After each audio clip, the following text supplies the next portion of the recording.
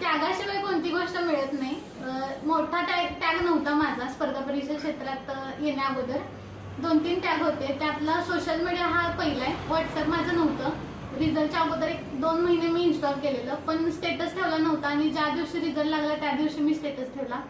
दुसरा त्याग म्हणजे आपल्या गावची यात्रा दरवर्षी होते, पण मी 2 वर्ष यात्रेत गेले नव्हते कारण मला सन्मानानं तिथं जायचं होतं. आणि ह्या वर्षी मी सन्मानानं जाऊन मन शांत करून आले. तो आनंद वेगळा होता.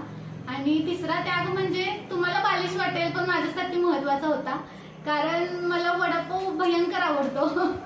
आणि मी ज्यावेळी पहिला अटेम्प्ट दिलेला 2022ला एप्रिलच्या, त्या दिवशी ठरवलेलं की ज्या दिवशी तुझा निकाल लागेल आणि तू सिलेक्ट होशील त्या दिवशीच वडापाव खायचा.